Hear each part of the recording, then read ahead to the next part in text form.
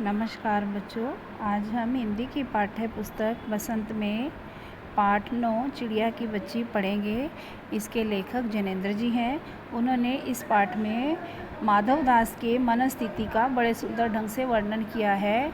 माधव दास के पास धन की कमी नहीं है, सारे ऐशो आराम है। उन्होंने अपनी हर सुख सुविधा का इंतज़ाम किया हुआ है, लेकिन उनके मन को शांति नहीं है और वो अपने घर के बाहर बैठे हैं। इतने में एक चिड़िया आती है।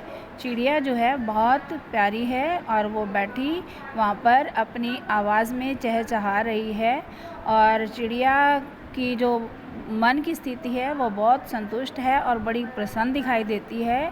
तो जब माधव दास देखते हैं कि चिड़िया जो है उसके घर बाहर बैठी है और वो उसको लालच देते हैं कि तुम मेरे पास रुक जाओ, लेकिन चिड़िया जो है वो अपनी माँ के पास जाना चाहती है, क्योंकि कोई भी जीव जंतु जो होता है वो पिंजरे में बंद रहना पसंद नहीं करता।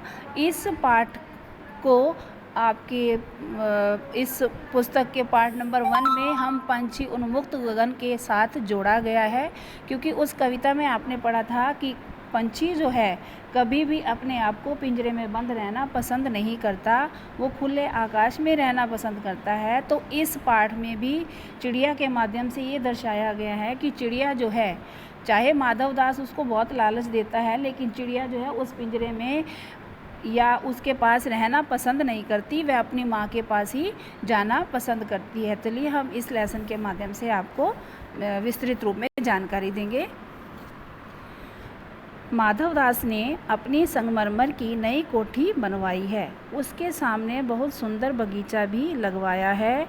उनको कला से बहुत प्रेम है, धन की कमी नहीं है और कोई व्यसन छू नहीं पाया है। सुंदर अभिरुचि के आदमी है। फूल पौधे, रकाबियों से हौज़ों में लगे फुव्वारे भी में उछलता हुआ पानी उन्हें बहुत अच्छा लगता है। समय भी उनके पास बहुत है। शाम को जब दिन की गर्मी ढल जाती है और आसमान कई रंग का हो जाता है, तब कोठी के बाहर चबूतरे पर तख्त डलवाकर हंसद के सहारे वह गलीचे पर बैठते हैं और प्रकृति की छटा निहारते हैं। इसमें मानो उनके मन को तृप्ति मिलती है। मित्र हुए तो उनसे विनोद चर्चा करते हैं, नहीं तो पास रखे हुए फर्शी हुक्के की सटक को मुँह में ही ख्याल में संध्या को स्वप्न की भांति गुजार देते हैं। अब इस पैरे में बेटा बताया है कि माधव दास जो हैं उनके घर जो है संगमरमर से बना हुआ है। संगमरमर एक कीमती पत्थर होता है जिससे मकान बनाए जाते हैं। उन्होंने संगमरमर से अपनी जो है कोठी बनाई है और उनके घर के सामने बहुत सुंदर सुहावना बगीचा लगाया है, जिसमें अलग अलग तरह के फूल, पेड़ पौधे आदि लगवाए हैं। उनके पास धन की कमी नहीं है और वो बहुत सुंदर विचारों के व्यक्ति हैं और उन्होंने अपने बगीचे में फुव्वारों को लगाया है जो देखने में बहुत सुंदर लगते हैं। जब शाम ढल जाती है तो वो अपने घर के बाहर चबूतरे पर मनसद के सहारे जो है गलीचे पर बैठ जाते हैं और वो उस समय के सुंदर चित्रण को निहारते हैं। आज कुछ बादल थे, धूप गहरी नहीं थी, आकाश जो है छन छन कर आ रहा था। माधव दास मनसद के सहारे बैठे थे। उन्हें ज़िंदगी में क्या स्वाद नहीं मिला, पर जी भरकर भी कुछ खाली सा रहता है। अब कई बार ऐसा होता है, हमारे पास सब कुछ होता है लेकिन जो मन होता है ना वो अशांत होता है, क्योंकि जो चीज़ हम चाहते हैं वो हमारे पास नहीं होती।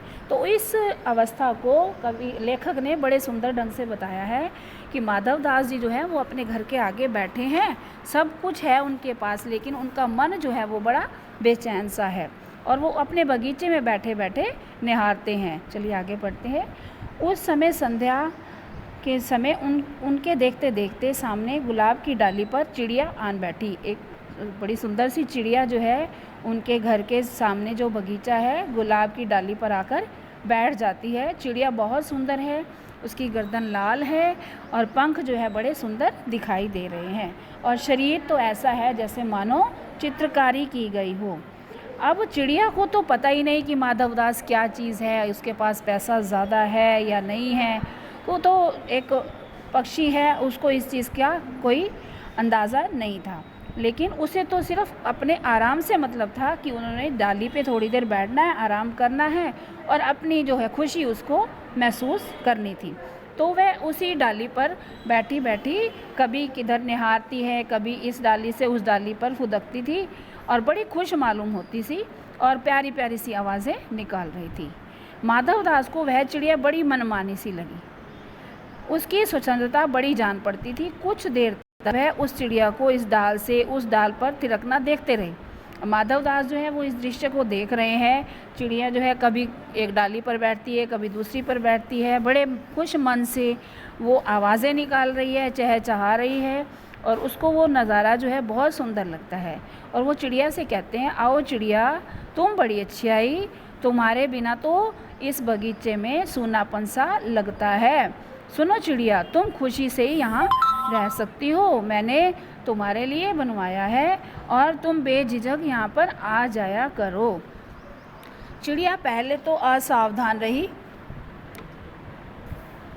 फिर जानकर कि किस बात के लिए वो कह रहे हैं वो एक बार घबरा गई, संकोच करने लगी। उसको क्या मालूम कि उसका बगीचा है। वो कहती कि मुझे तो नहीं पता कि यह बगीचा मेरा है, मैं चली जाती हूँ, मैं तो पल भर के लिए सांस लेकर बैठने आई थी या अपना टाइम पास करने आई थी। तो माधवदास ने कहा, हाँ बगीचा तो मेरा है, यह संगमरमर की कोठी भी मेरी है, लेकिन तुम इन सबको अपना समझ सकती हो, सब कुछ मेरा है, तुम कैसी भोली हो, कैसी प्यारी हो। जाओ, नहीं तुम यहाँ से मत जाओ, यहाँ पर बैठी रहो। तो चिड़िया जो है बहुत सकुचा जाती है, मीन संकोच करती है वो, और उसे बोध होता है, बोध होना मीन एहसास होना, उसे एहसास होता है कि कहीं मैंने कोई गलती तो नहीं कर दी। तो एकदम से वो डर के मारे रुकती जाती है, भयभीत हो जाती है, मीन्स डर जाती है और वो कहती है कि मैं ना यहाँ से चली जाऊँगी, मैं यहाँ पर नहीं रहूँगी। माधवदास कहते हैं कि मेरी भोली चिड़िया, तुम्हें देखकर तो मेरा मन इतना प्रसन्न हो गया है, चित्त प्रफुल्लित होना, मन प्रसन्न हो जाना। मेरा महल भी सूना है, यहाँ कोई चहचहाता नहीं है, तुम्हें देखकर मेरी रागनियों का जी बहलेगा, तुम कैसी प्यारी हो, यहाँ ही तुम क्यों ना रहो। अब वो माधवदास जो है वो चिड़िया को वहाँ पर रुकने के लिए कह रहे हैं कि तुम इस बगीचे में रह सकती हो, तुम इस घर में रह सकती हो, कभी भी आ सकती हो, कोई तुम्हें रोकेगा नहीं, क्योंकि वह अकेले रहते हैं, उनके साथ कोई नहीं है। तो उनका मन जो है बड़ा बेचैन सा रहता है और उस चिड़िया के आने से उनको थोड़ा सा अच्छा लगा, इसलिए वो उस चिड़िया को रहने के लिए कहते हैं कि तुम यहाँ पर रुक जाओ। तो चिड़िया बोलती है कि मैं माँ के पास जा रही हूँ, सूरज की धूप खाने और हवा खेलने से, फूलों से बात करने मैं ज़रा से उड़कर आई थी। अब वो अपनी माँ के पास जो थी उसको वहाँ पर छोड़कर अपनी हवा खाने या थोड़ा सा मस्ती करने, फूलों से बात करने थोड़ा सा उड़कर आई थी और वो वहाँ पहुँच गई। अब क्या हुआ, अब सांझ हो गई है, मीन्स शाम हो गई है और उसको अपनी माँ के पास जाना है, इसलिए वो जल्दी करती है कि मुझे मेरी माँ के पास जाने दो। लेकिन माधवदास जो है उसे जाने नहीं दे रहे, वो उसे बार बार रोक रहे हैं कि चिड़िया रानी तुम यहीं रुक जाओ, पगली मत बनो, देखो तुम्हारे चारों तरफ कैसी बहार है, सब कुछ है, बगीचे हैं, गुलाब हैं, तो भीतर महल भी है, तुम वहाँ पर भी रह सकती हो, जाने क्या क्या नहीं पाओगी, मीन्स हर चीज़ तुम्हें मिलेगी, लेकिन तुम यहाँ पर मत जाओ, क्योंकि मेरे पास किसी चीज़ की कमी नहीं है, सोना चांदी सब कुछ है, मैं तुम्हें बहुत खुश रखूँगा, लेकिन तुम यहाँ से मत जाओ। माँ के पास क्या है बताओ, क्या है, तुम यहाँ सुख से रहो, तुम बहुत भोली हो, तुम इस चीज़ को क्यों नहीं समझ पा रही हो। लेकिन चिड़िया जो है वो मन ही मन डर जाती है कि मुझे क्यों लालच दे रहा है और मुझे रुकने के लिए क्यों कह रही है। तो एकदम से घबराकर डाली पर रुक सी गई कि कहीं मेरे से तो कोई गलती तो नहीं हो गई जो मुझे इस तरह से रुकने के लिए कह रहे हैं। तो उसको समझ नहीं आती, वो बड़ी परेशान सी होती है। वो कहती कि मुझे अपनी माँ के पास जाना है, मुझे तो सुनहरी धूप ही अच्छी लगती है, मेरी माँ मेरे लिए दाने लाकर देती है, मुझे वही अच्छा लगता है, मुझे यहाँ पर नहीं रहना। तो फिर माधवदास पूछते हैं कि तुम कहाँ रहती हो, तुम मुझे नहीं जानती हो, चिड़िया मैं तो सिर्फ माँ को जानती हूँ, भाई को जानती हूँ, सूरज को जानती हूँ और मुझे किसी के बारे में कुछ नहीं पता। मैं तो घास और फूलों को जानती हूँ। तुम कौन हो? मैं तो तुम्हें जानती भी नहीं। तुम मुझे बार बार रुकने के लिए क्यों कह रही हो?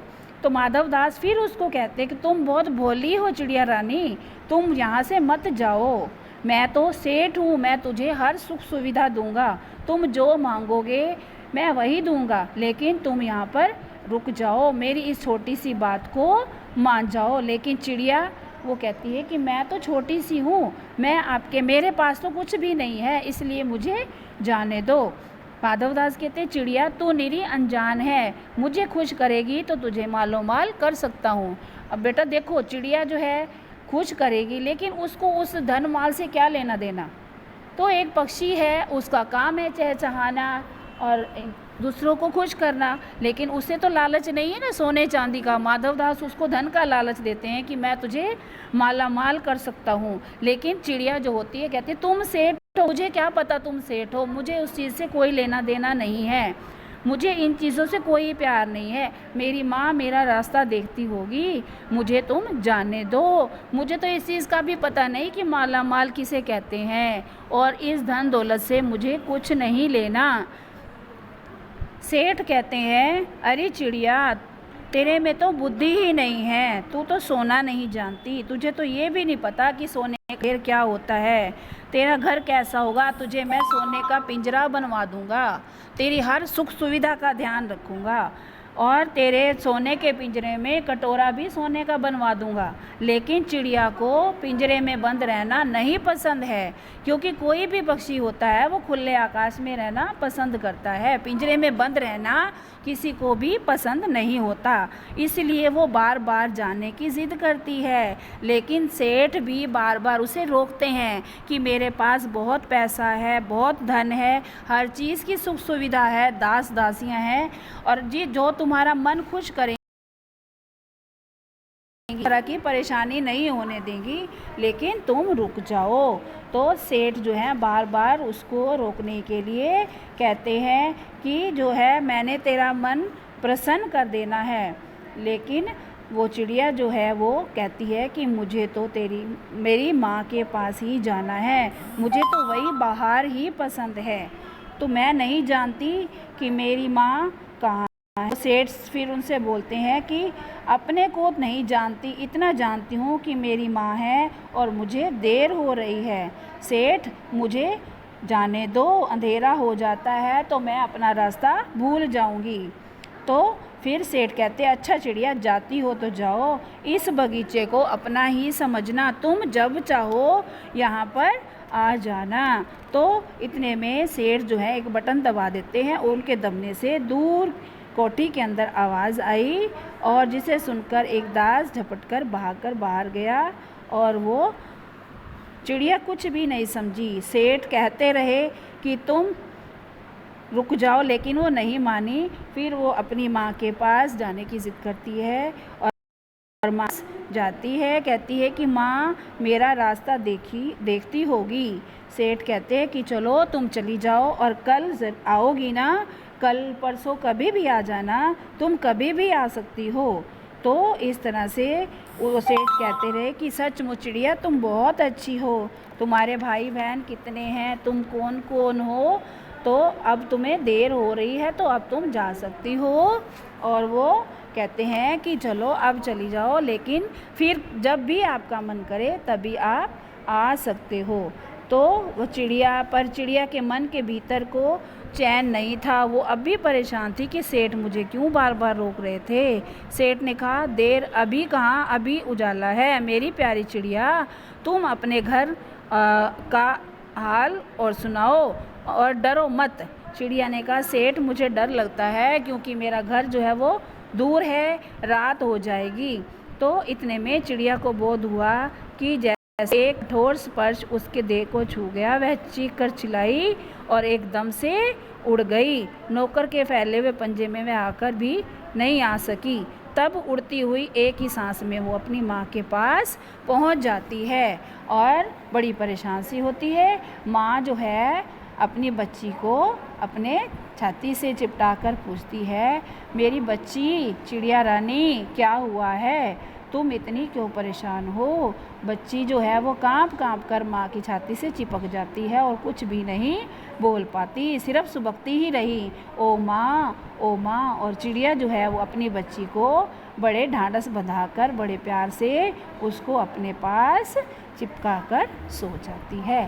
तो बेटा इस पाठ में हमने पढ़ा कि चिड़िया जो है अपने मन की व्यवस्था को कैसे जो है बताती है, और उसको चाहे माधव दास ने कितने भी लालच दिए, लेकिन वो अपनी आज़ादी, अपनी स्वतंत्रता और अपनी माँ का प्यार पाना चाहती थी, इसलिए वह अपनी माँ के पास वापस चली जाती है। थैंक यू बच्चों।